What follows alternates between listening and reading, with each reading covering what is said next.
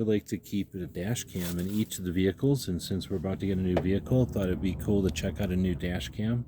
So this one is the COOLCRAZY N7. We'll open it up here. Got the user manual right as we open it up.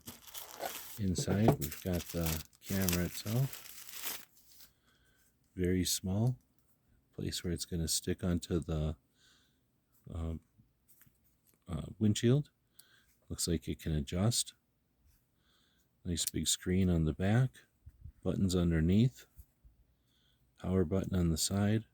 USB-C and the SD card. Then we've got some cables included.